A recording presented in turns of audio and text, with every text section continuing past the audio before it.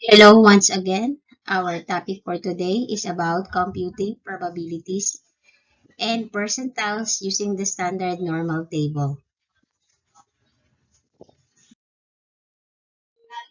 Our objectives are the following.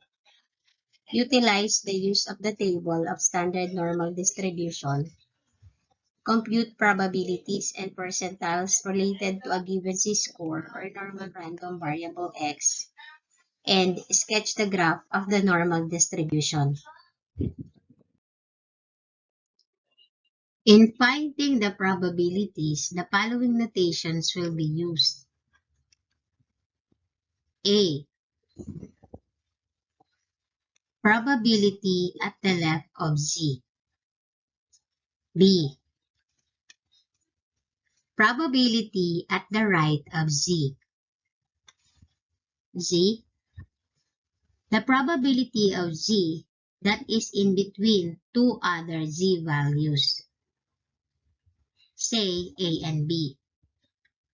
Letter D. The probability of Z is in the opposite direction of two values. Say A and B.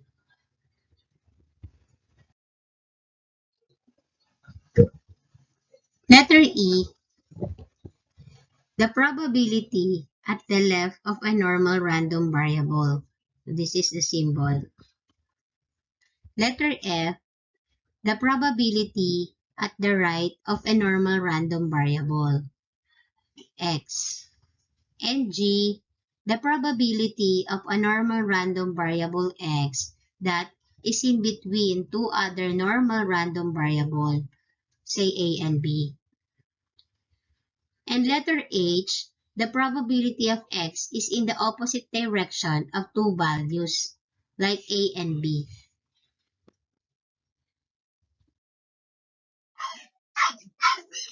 Example number 1. Find the probabilities for each of the following. Letter A, the probability is less than 1.32. The probability of less than 1.32 means to find the area under the normal curve at the left of Z equals 1.32.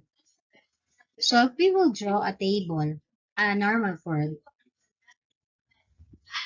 we'll have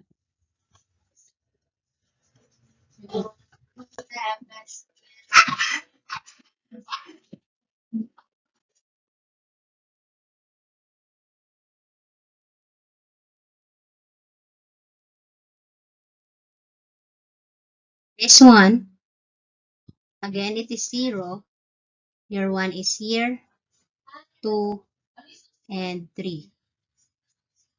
1.32 is at the right side of 1. Since it says here that it is less than 1.32, meaning it is to the left of 1.32. So what we're going to find is this area. In our previous discussion about identifying regions under the normal curve, we have discussed that if it is to the left of Z, meaning we will find all the areas covered by it. So, in this given, since it is to the left of Z, it is at this portion. Since this one is positive, what we're going to do is to find for the area of 1.32 and add it to 0.5.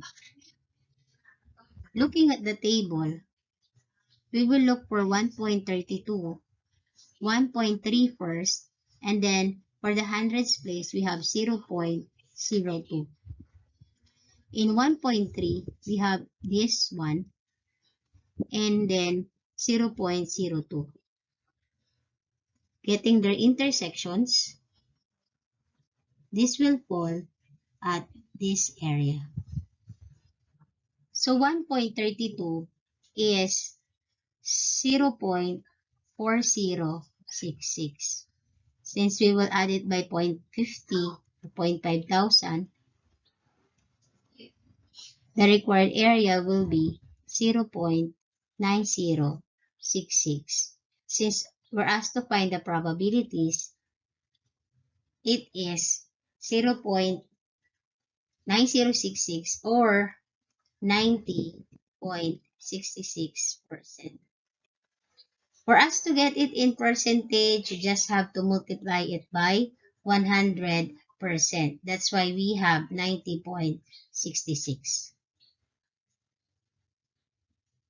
And here is the presentation of the area.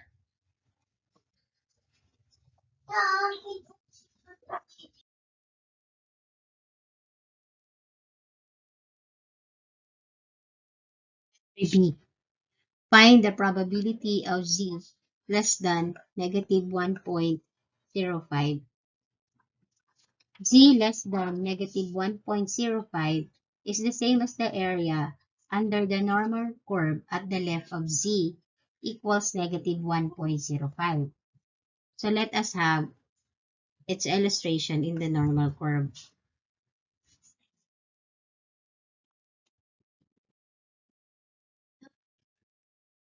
So from here, it is 0, negative 1, negative 2, negative 3. Since it's negative 1.05, it is just at the left side of the negative 1. Since it is less than, meaning at the left of negative 1.05. So if we will shade it, this area is the one that we're looking for. Looking for its value, using the Z table, we will locate for 1.0 and 0.05 for the hundreds place. This one and this one. Its intersection is 0.3531. So what we're going to do is just to subtract it, since we know that the area of this region is 0.3531 and this is what we're looking for. We will just subtract it from 0.5000 minus 0.3531. The result will be 0.1469. This is the probability and this is the percentage. Times 100, this is 14.69%. And here is the illustration.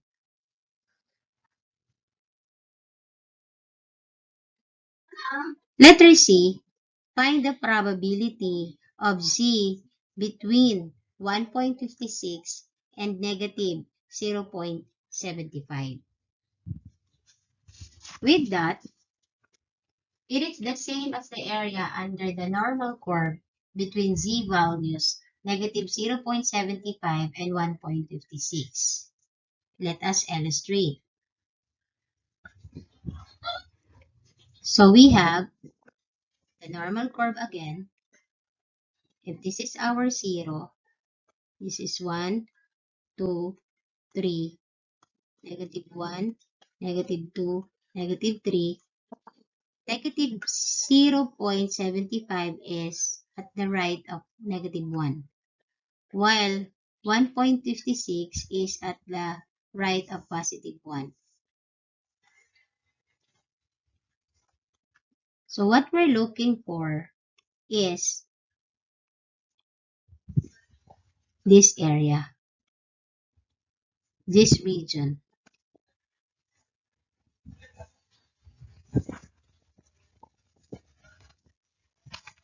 Take note that we have the mean of this normal curve inside the shaded region.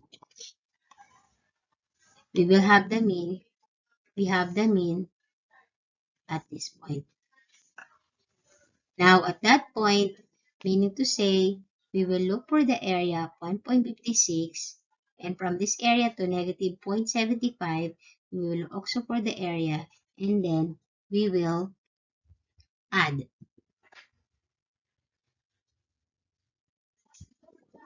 So finding the area of 1.56, we'll have 1.5 and 0.06. 1.5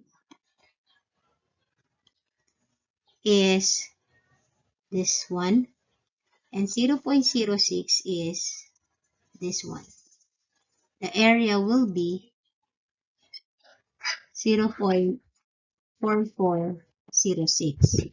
0.4406, while 0.75 is 0.7 and 0.05.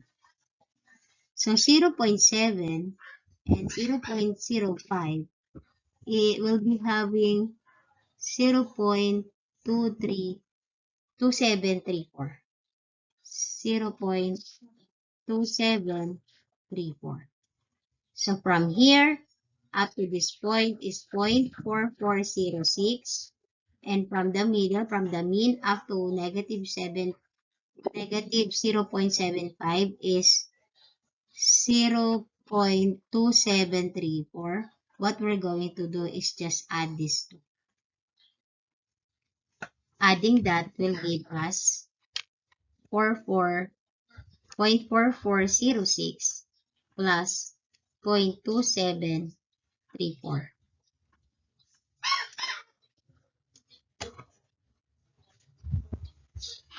That will give us with 0.7140 or 71.40%. This is the probability and this is the percentage. That's the illustration. Letter D. Probability of Z that is greater than negative 0.88.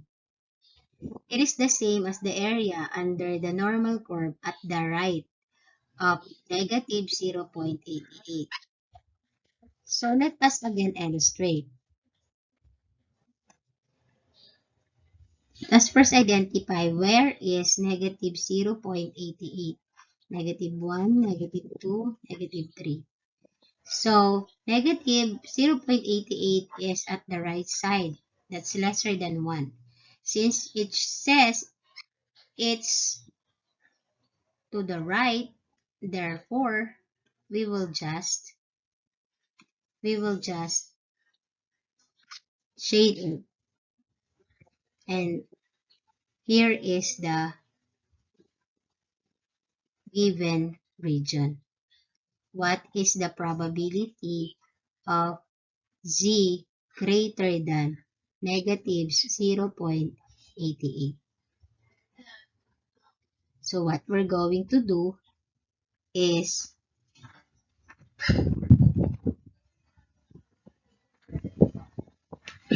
since it overlaps going to the right, we will find for the area of negative 0.08 at the Z table. So this will be 0.8 and 0.08. 0.8 is this one and 0.08 is this one. Their intersection is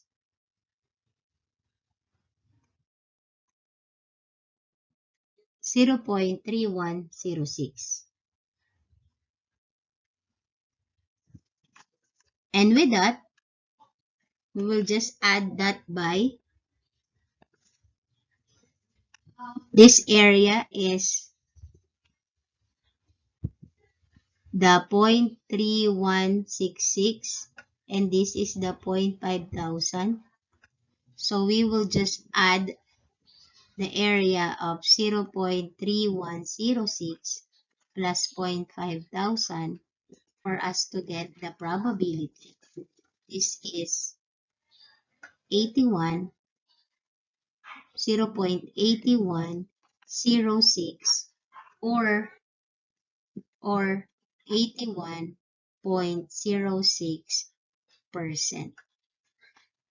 From probability, you just have to multiply it by 100% to get the percentage. And that's it.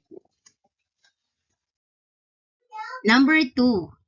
Let x be a normal random variable with mean equals 15 and standard deviation of 3. Find the probabilities of the following. Letter A. Probability of x such that it is less than 19. Take note that the given here is the x value or the normal random variable. For us to find the probabilities, let us convert it first to z values. For us to get its z values, we'll be using the first formula. Probability of z less than score minus mean divided by standard deviation. It is less than because less than is in the given. So this will be z is less than 19 because the score is 19 minus the mean that is 15 over standard deviation which is 3. So 19 minus 15 is equal to 4 over 3 and this will be 1.33. So going back, we will now have to find the probability of z that is less than 1.33. So let us now have its presentation. Probability of z less than 1.33. If this is 0, this is 1, this is 2, 1.33 is greater than 1, so it is the right side. Less than meaning it will be going to the left. Like this. So we will be having this whole region. What is the probability of this region? What is the percentage of this region? So first, we will find for the area of 1.33, this region. And then we will just add it to the half of the normal curve. So 1.33 is 1.3 and 0.03. 1.3 is this one and 0.03 is this one. Its intersection is 0.4082. So this part is 0.4082 while this part is 0.5000. So in short, we will just add 0.5000 plus 0.4082. And the probability will be 0.9082. To get its percentage times 100%, this will be 90.82%. This is now the answer of letter A. For letter B, x is between 10 and 19. Again, we have to convert it into z values. So, we need to change 10 into z, wherein we have z equals x minus mean. So, our x is 10 minus mean over standard deviation. Mean is 15. So, minus 15 over 3 This is negative 5 divided by 3. Negative 5 divided by 3 is 1.67. Negative 1.67. The other one is 19. So 19 minus 15 over 3. This will be 4 over 3 or 1.33. Now, this will be the probability of z that is less than 1.33 and greater than negative 1.67. This is what we're going to find. Let us illustrate.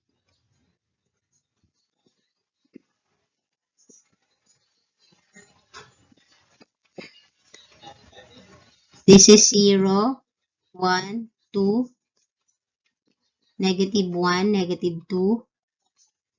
So we have negative 1.67 at the right of negative 1 and 1.33. There you are. So what we're going to find is this whole area.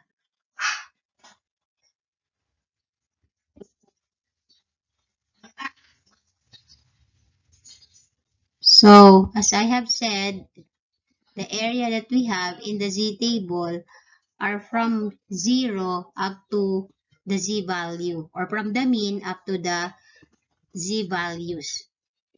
So to find for 1.33, we already have the value of 1.33 equals to 0.4082, while 1.67, let's find for 1.67, 1.6 and 0.07, 1.6 and 0.07. Let's look for its intersection, and here it is, 0.4525. So the area of this region is 0.4525. So in short, what we're going to do is just to add these two regions. So 0.4525 plus 0.4082, 0.4525 plus 4082 is equal to 0.4525 plus 0.4082 is 0.8607. This is the probability. And its percentage times 100, 86.07%. That's how to find the probability and percentage.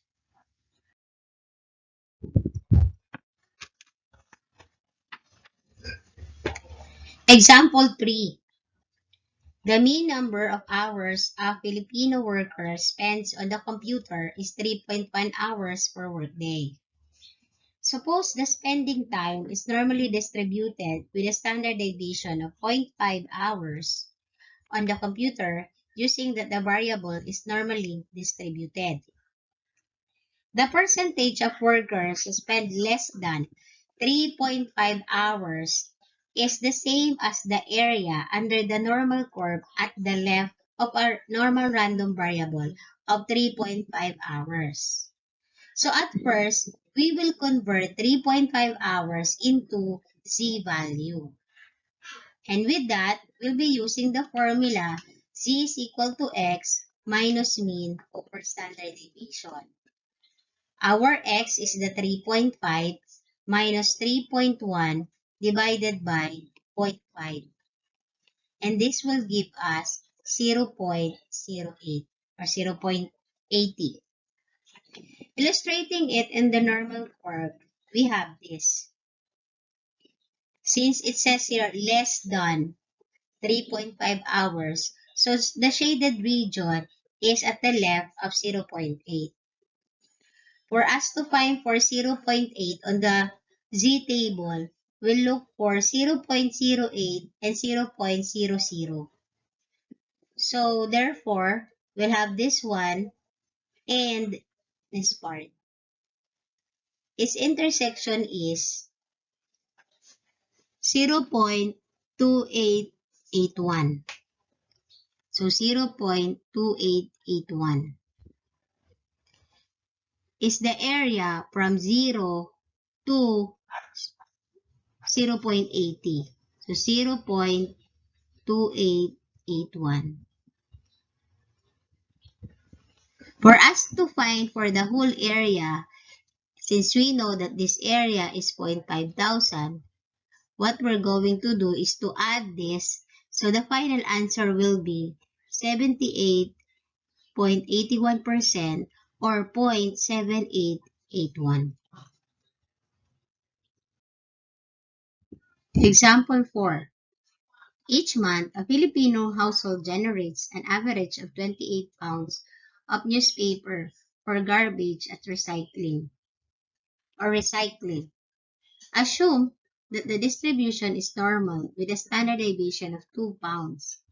If a household is selected at random, find the probability of its generating, letter A, between 27 and 31 pounds per month, and letter B, more than 30.2 pounds per month. So as you can see in the given table, these are all in X values. So what we're going to do is to convert it first to Z value. So this will be probability of X is between 31 and 27. Converting this to Z value, this will be the probability of Z less than 31 minus 28 over 2 and 27 minus 28 over 2. Yan. So let's continue it here. So the probability of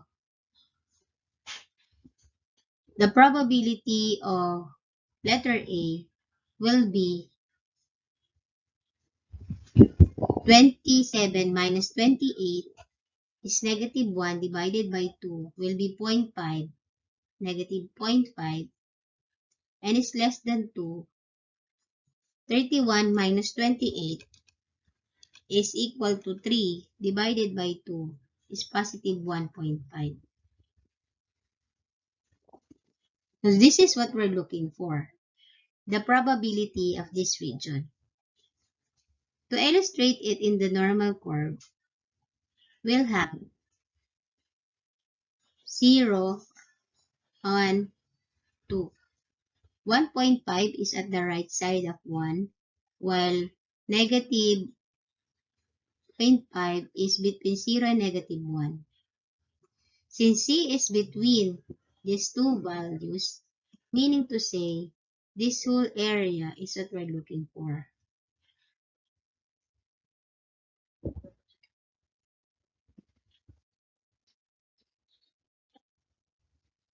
So for us to get the probability of this region, we will find for, that's the mid, we will find for the area of 1.5 and negative 0.5 or 0.5. 1.5 is 1.5 and 0.00. 1.5 and 0.00 is this one. So, taking its intersection, we'll have 0.4332. So this side is 0.4332. While 0.5 is 0.5 and 0.00, we'll have 0.5 and 00. We'll have 0.1915.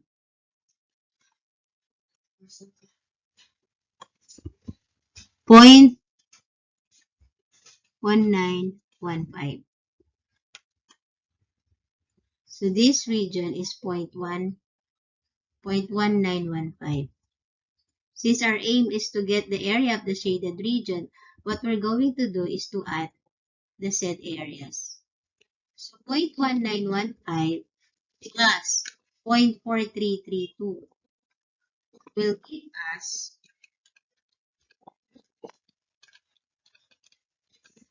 0.6247. See, 0.6247, or in percentage times 100, this will be 62.47%.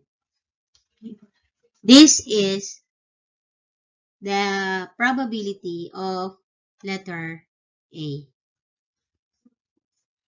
29%. Letter B. More than 30.2 pounds. This means that the probability of X that is greater than 30.2 pounds, or area in the normal curve, area at the right side of 30.2. But before that, let us convert it to Z value. So probability of Z that is greater than 30.2 minus 28 divided by 2. So we'll have 30.2 minus 28 divided by 2 is 1.1. So we'll have the probability of Z that is greater than 1.1. So let us have it in the normal curve. 1.1 is at the right side. 1.1. So this should be 1.1. 1.1 is at the right side of 1. Since it is greater than, the shaded region is at this part.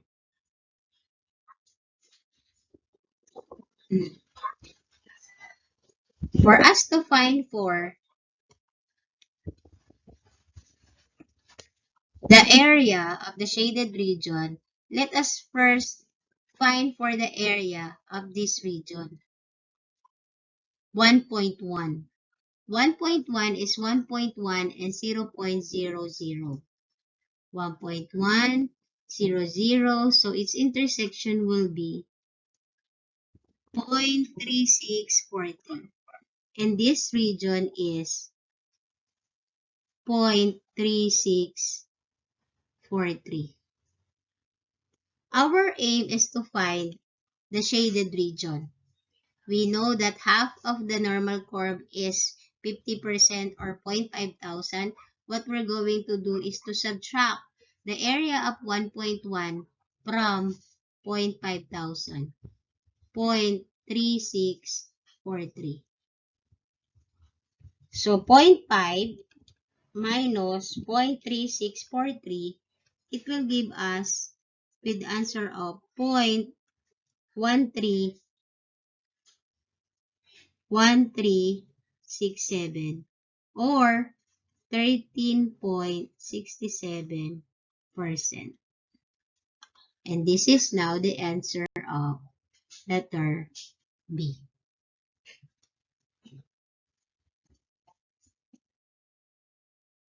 Example 5. The Mauban Automobile Association reports that the average time it takes to respond to an emergency call is 35 minutes. Assume the variable is approximately normal and the standard deviation is 5.5 minutes. If 200 calls are randomly selected approximately, how many were responded in less than 25 minutes? So the number of calls responded in less than 25 minutes is equal to the percentage of 200 calls which were responded in less than 25 minutes. So first, we will find for the z-value. We will convert first the 200 calls into a z-value. So, for us to find it, we'll be using probability of z is equal to x. Our x is 25, the 25 number of minutes, and the mean is 35 divided by standard deviation, which is 5.5. So this will be probability of z less than, should be less than,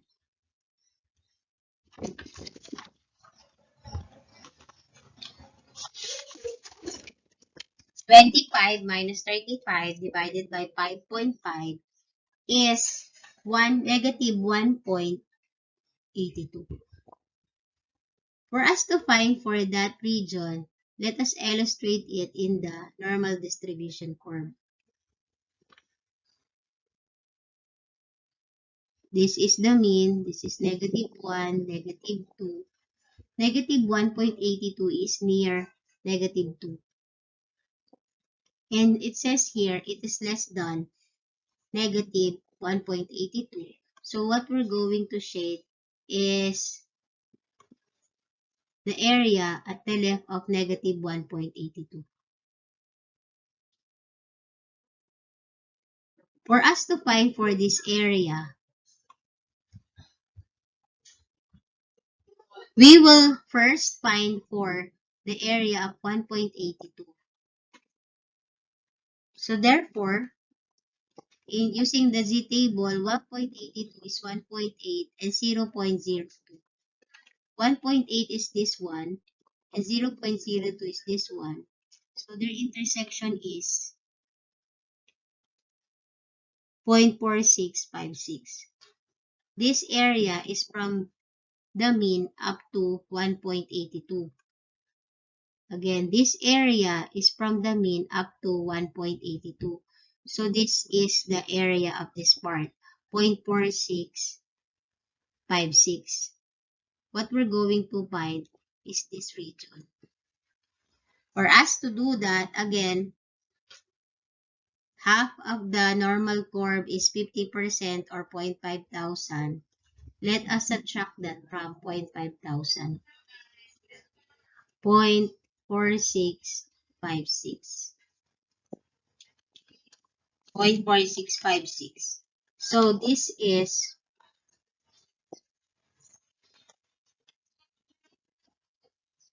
0.30344.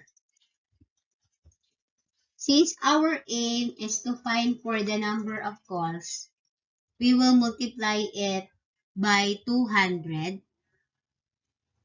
So this one, or 3.44%, since our aim is to find how many number of calls. So we will multiply 0.0344 by 200, and this will give us 6.88 or 7 calls. And this is the answer.